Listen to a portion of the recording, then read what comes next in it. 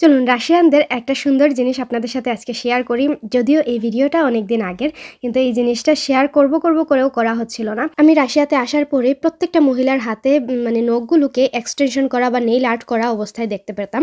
তো নিজের কাছে খুবই মনে হইতো যে আমি এই জিনিসগুলো করব। তো প্রায়ই দেখা যেত 2-3 মাস পরই মাস্টারের কাছে গিয়ে নেইল আর্ট করে আসতাম। যদিও এক্সটেনশন আমি কখনোই করিনি, জাস্ট নেইল আর্টটা আমি করে আসতাম। আর এই নেইল আর্ট করতে করতে আমি নিজেও মানে দেখতাম যে ওরা কোনটার পর কোনটা ইউজ করে বা কিভাবে কি করে।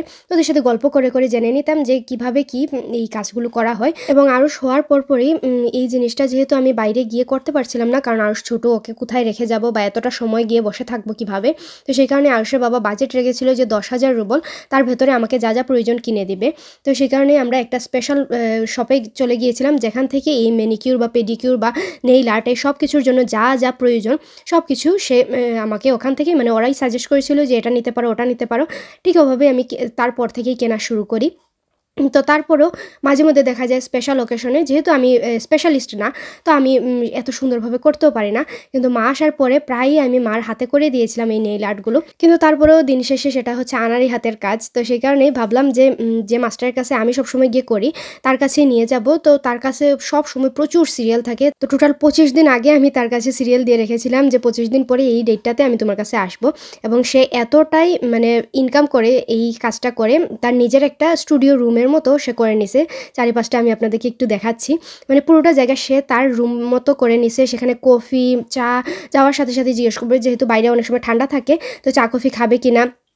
তারপরে ওর সার্টিফিকেট, বিভিন্ন জায়গা থেকে সে যে সার্টিফিকেটগুলো পেয়েছে এই কাজটা করে সব কিছু এখানে রাখা, মানে একদম একটা প্রফেশনাল মাস্টারের যেরকম রুম থাকে সেইভাবেও সে তৈরি করে নিছে।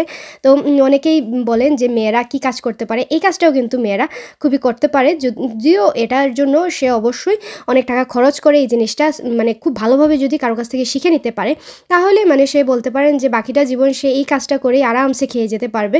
কারণ এই জিনিসটার খুবই ডিমান্ড, রাশিয়াতে খুবই ডিমান্ড। এবং প্রতি 1-1.5 মাস পরই মেয়েরা এই কাজটা মানে এই নেইল আর্ট বা নেইল এক্সটেনশনটা করে থাকে।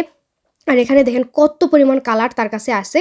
যদিও এই জিনিসগুলো কিনতেও তো অবশ্যই টাকারও প্রয়োজন, কারণ মিনিমাম এই নেল পালিশগুলো মানে এই যে কালারগুলো এগুলো কিনতে বা এই জিনিসগুলো এক একটা কিনতেও কিন্তু মিনিমাম 400-500 রুবল খরচ পড়ে যায়। তো সেই কারণে অবশ্যই আমরা যখন ওর কাছে যাব নেইল আর্ট করব, তো সেও একটা মোটা অঙ্কের চার্জ আমাদের কাছে ধরিয়ে দিবে।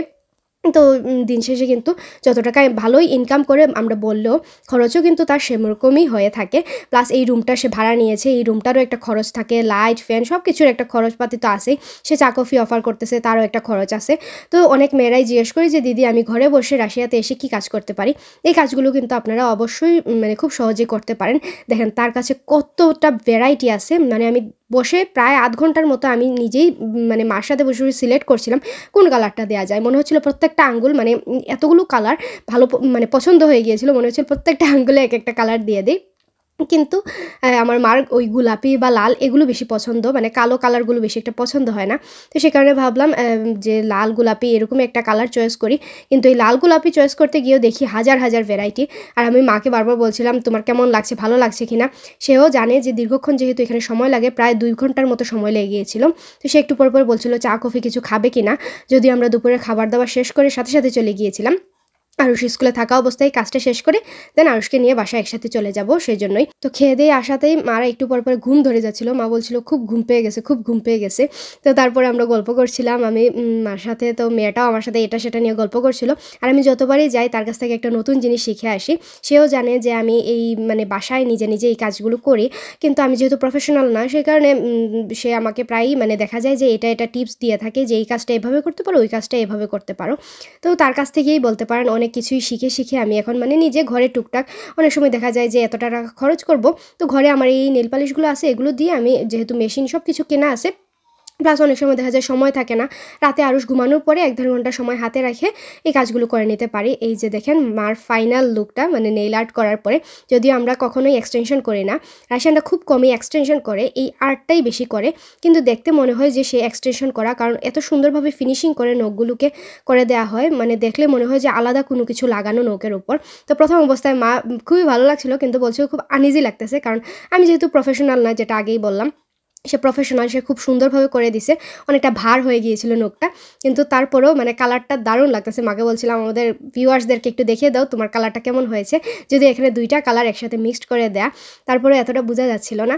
তো যাই হোক, আজকে গল্পটা এখানেই শেষ করলাম। আপনারা যারা মেয়েরা জিজ্ঞেস করেন যে রাশিয়াতে এসে কি কাজ ঘরে বসে আমরা করতে পারি, তো এই কাজটা আরামসে ঘরে বসে করতে পারবেন। তার জন্য কিন্তু অবশ্যই অনেকটা টাকা মানে খরচ করতে হবে, ভালোভাবে শিখতে হবে, তাহলে আপনার কাছে ভরপুর কাস্টমার আসবে। তো আজকের ভিডিওটা আমি এখানেই শেষ করলাম। নেক্সট ভিডিওতে আবারও দেখা হবে। ততক্ষণ পর্যন্ত সবাই ভালো থাকবেন, সুস্থ থাকবেন। টাটা।